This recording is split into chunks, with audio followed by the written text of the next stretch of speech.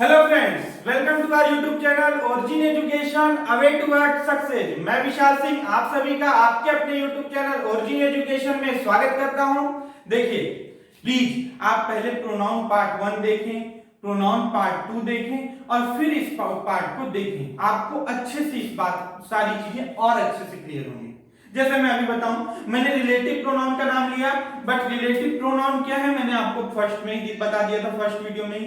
तो प्लीज मैंने आई बटन में भी उसको दे दिया है, जो भी प्रोनाउन के वीडियोस हैं आप वहां से या फिर चैनल के वीडियोस में प्लेलिस्ट में चले जाइए और वहां से आप वीडियोस को पहले कवर करें, पढ़ लें अच्छे से, फिर इस वीडियो को देखें। ठीक है, अभी के लिए आप इसको देख सकते हैं, पढ़ सकते हैं ना, समझिए।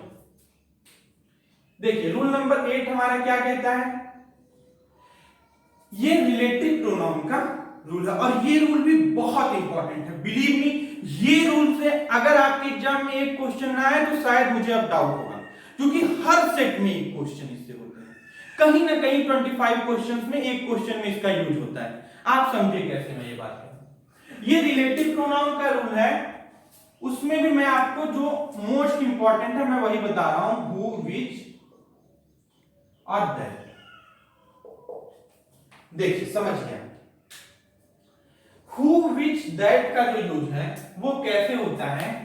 हु लगता है किसी लिविंग थिंग के लिए, कोई एक लिविंग नाउन है उसके लिए हम हु का यूज करते हैं। एक नॉन लिविंग है नाउन, तो फिर उसके लिए हम विच का यूज करेंगे। और जो ये दैट है इसका यूज हम लिविंग, नॉन लिविंग किसी के लिए भी कर सकते हैं, इसमें कोई भी इशू नहीं है। एक बात जो मैं आपको समझाना चाहता हूं वो आप समझिए, हु, विच और दैट, ये रिलेटिव प्रोनाउन जो है दोस्तों, ये अपने बाद तुरंत इनका नाउन आता है, सॉरी, ये अपने नाउन के तुरंत बाद आते हैं। आपको पता करना है कि हु, विच, दैट किसके लिए यूज है। आप तुरंत उसके बगल में देखें, जो नाउन आपको दिखेगी उसी नाउन के लिए यूज होते हैं और उसी नाउन से ये डिसाइड होंगे। ये नाउन अगर लिविंग बीइंग है हु लगाइए, नॉन लिविंग थिंग है विच लगाइए, और दैट दोनों के लिए है, इसलिए दैट को इशू मत बनाइए। अगर दैट यूज है तो आप उसको वहां पे काटे मत, पहले एक बार जरा सा देख लें। बट इस रूल का थोड़ा एक्सपेंशन, एक बात आप समझिए, बट अगर सेंटेंस में ये वर्ड्स यूज हो, जैसे मैं बताऊं आपको, सुपरलेटिव डिग्री का कोई वर्ड यूज हो, जिन लोग को सुपरलेटिव डिग्री समझ में आती है वो ठीक है, अगर नहीं समझ में आती है तो मैं जब एडजेक्टिव पढ़ाऊंगा तो इसको बहुत अच्छे से आपको क्लियर कर दूंगा। आप बस इस सीरीज को फॉलो करते रहें, वीडियोस को देखते रहें। सुपरलेटिव डिग्री एडजेक्टिव,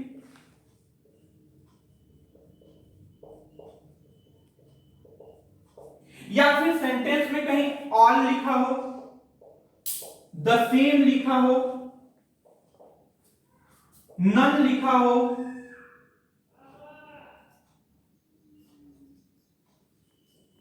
एनी लिखा हो, और भी वर्ड्स होते हैं, बट आप इनको समझे, एनी वन, समवन, वो सारे। बट जो इंपॉर्टेंट है मैंने पहले ही बोला था, मैं इस सीरीज को उतना इंपॉर्टेंट आपके लिए बना दूंगा कि इससे जो इस सीरीज से आपको मैक्सिमम बेनिफिट आपके एग्जाम में होगा सीएचएसएल में। ये मेरा एफर्ट है, आई होप कि आपको ये एफर्ट पसंद आ रहा होगा ना।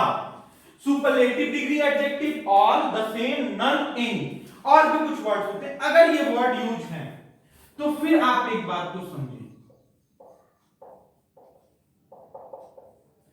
आप वहां पे रिलेटिव प्रोनाउन अगर सेंटेंस में पहले ये यूज हो गए तो हु या विच बिल्कुल नहीं यूज करेंगे, केवल और केवल ओनली वहां पर दैट का यूज होगा।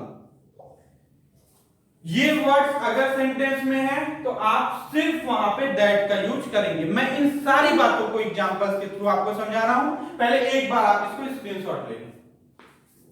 देखिए, अब आपने मुझे पता है स्क्रीनशॉट ले लिया होगा, इस रूल को समझा होगा। अब मैं इसको एग्जांपल्स के थ्रू समझाता हूं, मैं इसको इरेज कर रहा हूं।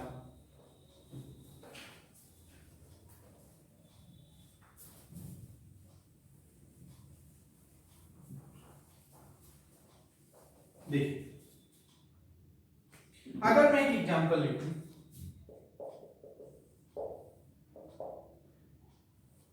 राहुल वर्क्स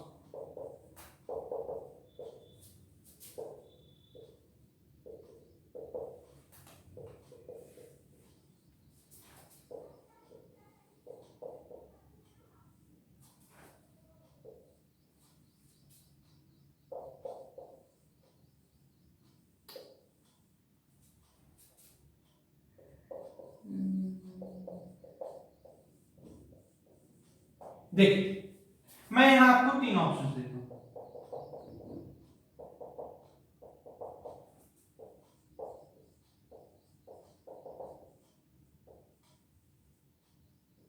आप मुझे बताइए आप यहां पे क्या फिल करेंगे। Rahul works in a multinational company produces plastic goods.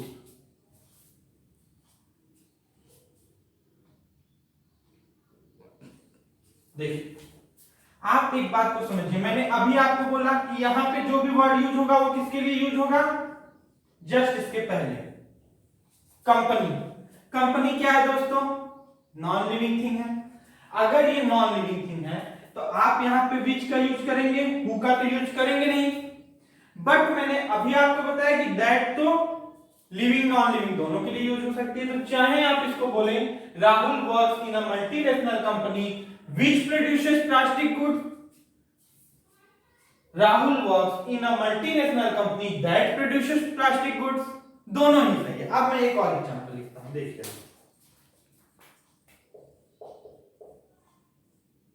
the boy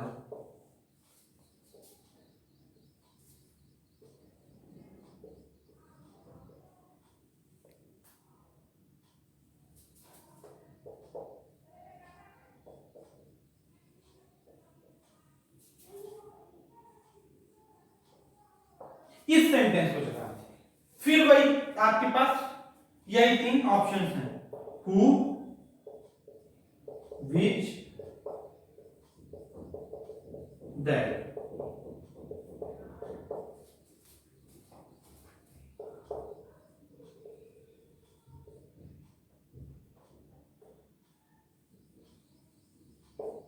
देखिए अब फिर आप सोचिए, जो भी हमारा रिलेटिव प्रोनाउन यूज होगा वो द बॉय के लिए यूज होगा, और बॉय क्या है, लिविंग बीइंग है। अगर वो लिविंग बीइंग है तो आप यहां पे विच यूज कर सकते हैं क्या, नहीं। बट आप चाहे हु यूज करें या दैट, क्या प्रॉब्लम है, क्या फर्क पड़ता है, कोई फर्क नहीं पड़ता। आई होप कि आपको ये दोनों एग्जांपल्स क्लियर हुए होंगे। यहां पे हमारा सेंटेंस होगा द बॉय हु, या फिर आप दैट लिखें, केमियर इज अ फेमस बॉक्सर। अब मैं और एग्जांपल बताता हूं, आप समझे। मैं ये ऑप्शन यूज कर रहा हूं, आप यहां पर हु, दैट जो भी लिखना चाहें दोनों ही सही है, बट विच का यूज आप ना करें। जैसे मैं ये this is the same horse।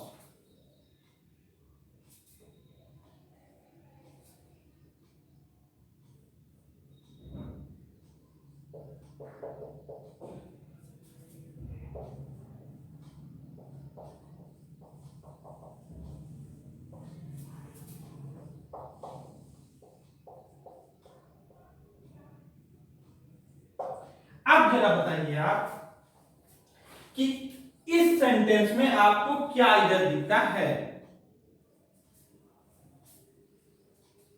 This is the same horse which was running on the road. बिल्कुल, देखिए आप एक बात को समझिए, यहां पे क्या वर्ड यूज है, द सेम।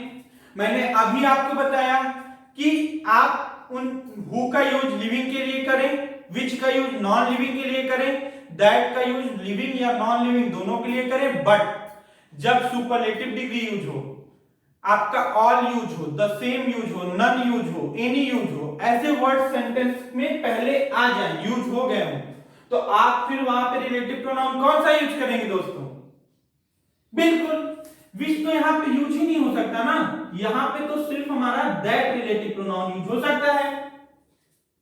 आई होप कि आपको ये एग्जांपल भी क्लियर हुआ हो।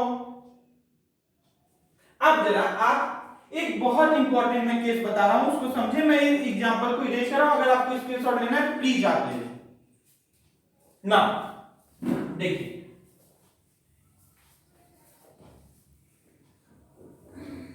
एक जो इसमें इंपॉर्टेंट बात है वो मैं आपको बताता हूं, सुनिए।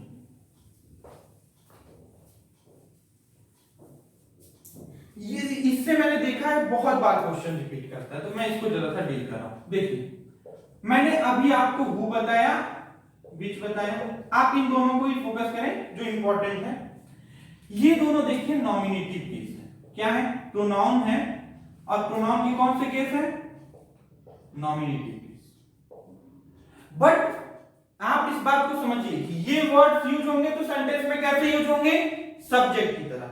अब एक वो बहुत टारगेट करता है, वो क्या करता है ना कि आपको इनका ऑब्जेक्टिव केस दे देगा, और सेंटेंस में नीड होगी सब्जेक्टिव केस की, नॉमिनेटिव केस की, या इनका नॉमिनेटिव केस दे देगा और नीड होगी आपको ऑब्जेक्टिव केस की। तो आप इस बात को समझें कि हु का ऑब्जेक्टिव केस होता है हूं।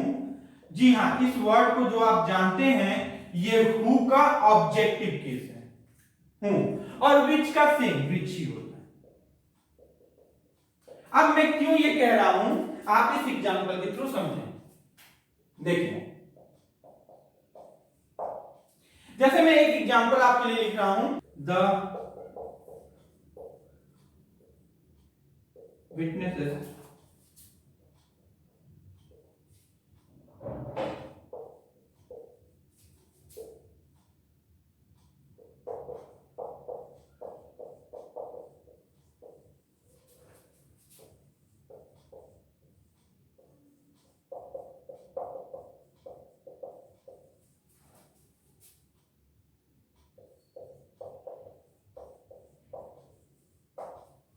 The witnesses whom I interviewed gave conflicting evidences. एक और एग्जांपल आप समझिए।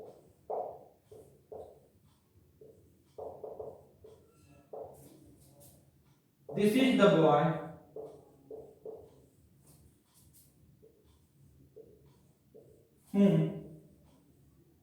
who I gave my bag. देखिए, आप इन दोनों सेंटेंसेस को देखें एक बार और आप समझने की कोशिश करें कि इसमें क्या है।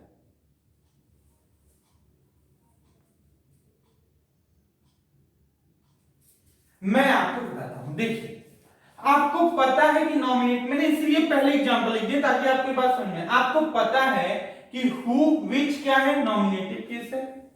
whom और which क्या है? ऑब्जेक्टिव केस है। बट जब सेंटेंस में ये बात लिखी हो whom और who, तो आप कैसे डिसाइड करेंगे कि हमें यहां पे whom लिखना है या who लिखना है, who लिखना है या whom लिखना है? अब आपसे कहा क्या जाता है इसकी हिंदी मीनिंग निकालिए। क्या हिंदी मीनिंग से हम लोग इंग्लिश ग्रामर और वो भी कॉमन एरर को डील करें? क्या ये सही तरीका है? I don't think so. मेरे हिसाब से तो नहीं। मैं आपको पहले बोल चुका हूं, प्लीज कॉमन एरर को तो हिंदी से बनाने की आप कभी भी कोशिश ना करें। तो हम कैसे इसको डिसाइड करेंगे, आप जरा समझिए। अगर आप सेंटेंस में वर्ब देखें, क्या देखें? वर्ब। आप इस बात को देखें कि अगर हर वर्ब का अपना सब्जेक्ट है सेंटेंस में, फिर से मेरी बात सुनिए, अगर हर सब्जेक्ट का, जितने भी सब्जेक्ट सेंटेंस में वर्ब हैं, उन सारे का आपको सब्जेक्ट दिख रहा है, तो आप वहां पे हु को हुम कर दें, क्योंकि वहां पे ऑब्जेक्ट की जरूरत है, सब्जेक्ट की नहीं। आप वहां पे क्या यूज करेंगे? अगर सारे सब्जेक्ट वर्ब का सब्जेक्ट है तो आप वहां पे ऑब्जेक्टिव केस का यूज करेंगे, ऑब्जेक्टिव केस का यूज करेंगे। बट अगर आपको किसी भी एक भी वर्ब का दोस्तों अगर आपको सब्जेक्ट ना मिले, तो फिर आप ये बात समझें कि ये हमारा रिलेटिव प्रोनाउन ही उसका सब्जेक्ट है, और आप नॉमिनेटिव केस का यूज करेंगे। किस केस का यूज करेंगे दोस्तों? नॉमिनेटिव केस का। फिर से मैं रिपीट कर रहा हूं, इंपॉर्टेंट बात है, अभी लास्ट ईयर के क्वेश्चंस में मैं जब आपको एक्सरसाइज कराऊंगा तो दिखाऊंगा, इस पे बहुत सारे क्वेश्चन आए। सारे वर्ब्स का सब्जेक्ट है, आप ऑब्जेक्टिव केस का यूज करें, whom, which, बट अगर, अब प्रॉब्लम यहां नहीं है, आप समझे, मैं चाहता तो इसको नहीं डील करता, बट मैंने डील कर दिया कि हो सकता है कुछ मेरे दोस्तों को लगे कि सर ने which का ऑब्जेक्टिव केस नहीं बताया। यहां भी प्रॉब्लम नहीं है, प्रॉब्लम सिर्फ यहां पे, इसीलिए मैंने एग्जांपल्स इसके लिए, ठीक है। अब इस बात को नोट करने के बाद आप इन एग्जांपल्स को जो मैंने आपको दिए हैं, अब आप जरा देखिए, अगर मैं यहां पर देखूं तो आप देखिए इस बात को, इंटरव्यू का सब्जेक्ट कौन है? आई, ठीक है। द विटनेसेस, ये जो एक वर्ब इंटरव्यूड हो गई और एक वर्ब क्या हो गया? गेव। अब इस वर्ब का सब्जेक्ट कौन है हमारा? The witnesses. विटनेसेस ने कॉन्फ्लिक्टिंग एविडेंस दिए हैं और जो इंटरव्यू है वो मैंने किया है। अब जब आपको इस वर्ब का सब्जेक्ट यहां पे दिखता है और इस वर्ब का सब्जेक्ट यहां पे, तो इट मींस सारे वर्ब के अपने सब्जेक्ट हैं, तो फिर यहां पे ये बिल्कुल करेक्ट है ऑब्जेक्टिव केस। आप इसको हु में चेंज नहीं करेंगे, सारे वर्ब्स के अपने सब्जेक्ट हैं यहां पे। द विटनेसेस गेव, यहां पे ये गेव का सब्जेक्ट है और इंटरव्यूड का सब्जेक्ट आई है, whom यहां पे ऑब्जेक्टिव केस में यूज होगा, जो कि बिल्कुल करेक्ट है। बट आप इस सेंटेंस को जरा देखें, दिस इज का सब्जेक्ट दिस, ठीक है। गेव का सब्जेक्ट आई। अब आप बताइए कि जब सारे वर्ब्स का अपना सब्जेक्ट यहां पे है, तो फिर मैं कैसे नॉमिनेटिव केस का रिलेटिव प्रोनाउन यूज कर सकता हूं? मैंने अभी बोला ना आपको, नॉमिनेटिव केस का प्रोनाउन कब? जब वर्ब का सब्जेक्ट ना हो, मिसिंग हो, तो हम इसको सब्जेक्ट के, असल में ये जो वर्ड है ये सब्जेक्ट प्लस कंजंक्शन, यानी नाउन और कंजंक्शन दोनों, प्रोनाउन और कंजंक्शन दोनों का काम करते हैं सेंटेंस में। इसीलिए दोस्तों यहां पे हु बिल्कुल गलत है, यहां पे हमारा होना क्या चाहिए? हूं। This is the boy whom I gave my bag। I hope कि ये जो रूल है ये मैंने आपको अच्छे से समझाया होगा और आपको उतने ही अच्छे से समझ में आया होगा। मैंने आपको रिलेटिव प्रोनाउन, उसके जो स्पेशल केसेस हैं, प्लस हु और whom, जो कि बहुत इंपॉर्टेंट है। आप इस बात को प्रीवियस ईयर क्वेश्चंस की बुक उठाकर देख लें, बहुत इंपॉर्टेंट एक रूल है, बार बार इसको रिपीट करता है क्वेश्चंस में एसएससी। ये सारे फेवरेट रूल उसके टॉपिक्स हैं। अब मैं आपको नेक्स्ट रूल बताता हूं, आप इसका एक बार प्लीज स्क्रीनशॉट ले लें ना। देखिए आपने आई होप इसका स्क्रीनशॉट ले लिया होगा, इस रूल को समझा होगा। अब नेक्स्ट रूल समझिए, चलिए। जो हमारा रूल नंबर 9 है दोस्तों, वो डेमोन्स्ट्रेटिव प्रोनाउन से। अब आप जरा रूल नंबर 9 देखिए, तो देखिए कुछ वर्ड्स हैं दिस, दैट, ये सिमिलर होते हैं। इनका प्लूरल क्या होता है? प्लूरल होता है दोस्तों दीज, दिस का प्लूरल, और दोज, दैट का प्लूरल। दिस का प्लूरल दीज, दैट का प्लूरल दोज। अब एक बात आप समझिए, दिस और दैट जो है वो यूज हो सकता है सिंगुलर काउंटेबल नाउन के साथ, मतलब आप इसके बाद सिंगुलर काउंटेबल नाउन रखें, ठीक है, या फिर आप कोई अनकाउंटेबल नाउन रखें। अनकाउंटेबल नाउन के साथ भी दिस दैट यूज हो सकता है, बट जो हमारा दीज और दोज है ये सिर्फ प्लूरल काउंटेबल नाउन के साथ यूज होता है।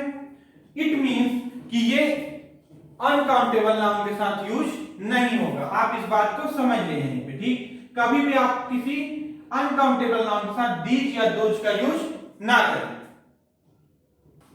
ठीक है। ये हमारा सिंगुलर काउंटेबल नाउन के साथ यूज होगा, अनकाउंटेबल नाउन के साथ यूज होगा, बट दीज और दोज सिर्फ ओनली प्लूरल काउंटेबल नाउन से। जैसे मैं एग्जांपल लिखता हूं, फिर आप इस बात को समझे। देखिए, जैसे मैं लिखूं this book is this book is mine. आप इस बात को समझें कि ये बुक हमारा सिंगुलर नाउन है, सिंगुलर काउंटेबल, और यहां पर दिस यूज है, ठीक है, कोई बात नहीं, बिल्कुल सही है। अब आप समझें, अगर मैं लिखूं बुक्स, अब आप देखिए प्लूरल हो गया ये नाउन, तो अब हम यहां पे क्या यूज करेंगे, दिस का plural these books are mine. एक इसका यूज और आप देखिए, जैसे मैं लिखूं this is a book and these are books. अब आप इस बात को समझें कि जब ये अकेले यूज होता है तो ये वर्ड किससे गाइड हो रहा है। यहां से आपको कैसे पता चलेगा कि आपको इज लगाना है यार। एक बुक के साथ दीज और बुक्स के साथ दीज, सॉरी, आ बुक के साथ दिस और बुक्स के साथ दीज। आप यहां से इसको डिसाइड करते हैं कि हमें आ बुक है तो दिस और बुक्स है तो दीज। अगर आप दिस आर बुक्स लिख दे तो क्या वो सही होगा? बिल्कुल नहीं। अब एक मैं बहुत इंपॉर्टेंट एसएससी का आपको एक एग्जांपल दे रहा हूं, आप समझे, सॉरी, प्रीवियस एग्जांपल है, आप इस बात को देखिए समझे, बहुत इंपॉर्टेंट है। जैसे मैं लिखूं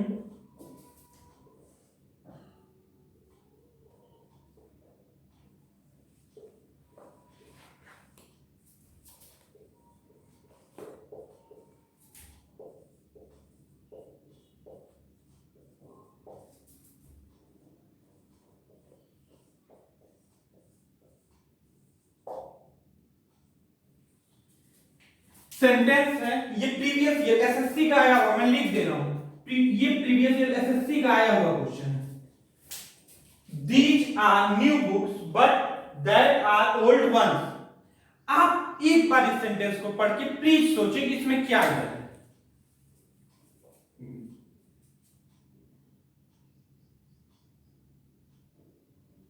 चलिए मैं आपको बताता हूं, देखिए दीज आर न्यू बुक्स, बिल्कुल ठीक है। अभी मैंने बताया कि दीज कहां से गाइड हो रहा है, बुक से, बुक्स है दीज होगा, ठीक है। बट एक बात मैंने आपको बोली थी, आप एक जरा से इस दैट को देखिए, ये कहां से गाइड होगा, इसको आप कैसे डिसाइड करेंगे।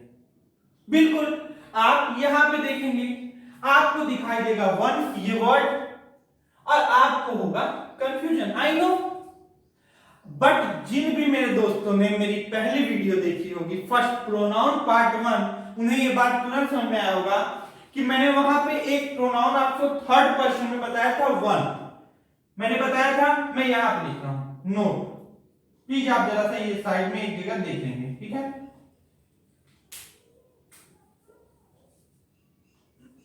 ठीक है, देखिए यहां पे देखिए जरा नोट, मैंने उनको बताया था वन, ठीक, मैंने इसके सारे केसेस भी बताए थे। अब एक जो बात मैंने शायद वहां पे नहीं बताई थी, मैं बता रहा हूं, वन सिंगुलर होता है दोस्तों और इसका प्लूरल भी होता है। क्या प्लूरल होता है इसका? वंस। ये जिस नाउन के लिए आया है, अगर वो नाउन प्लूरल है तो हम यहां पे वंस का यूज करते हैं, वन का नहीं। अब आप इस बात को बहुत अच्छे से समझ गए होंगे, मैं बात को बताता हूं। देखिए यहां पे भी है बुक्स ही, मैं इसको रिप्लेस कर सकता हूं बुक्स से। अगर मैं बुक्स लिख दूं तो ये गलत नहीं हो जाएगा सेंटेंस। बट मैंने आपको शायद पहले वीडियोस में बताया होगा कि हमारे जो ग्रामेरियंस हैं वो एक ही सेंटेंस में बार बार एक ही नाउन का रिपीटेशन सही नहीं मानते। तो इस वजह से हमने इसके लिए एक प्रोनाउन खोजा, हमें वो प्रोनाउन मिला वंस, प्लूरल है तो प्लूरल वर्ड होगा यूज, वन वन होता अगर सिंगुलर होता तो। अब ये प्लूरल है और ये देखिए हमारा सिंगुलर वर्ड यूज है। एक प्लूरल नाउन के लिए यहाँ पे सिंगुलर प्रोनाउन यूज है, डेमोस्ट्रेटिव प्रोनाउन, ऐसा नहीं होगा, आप समझिए। इधर हमारा जो है वो यहीं पे है।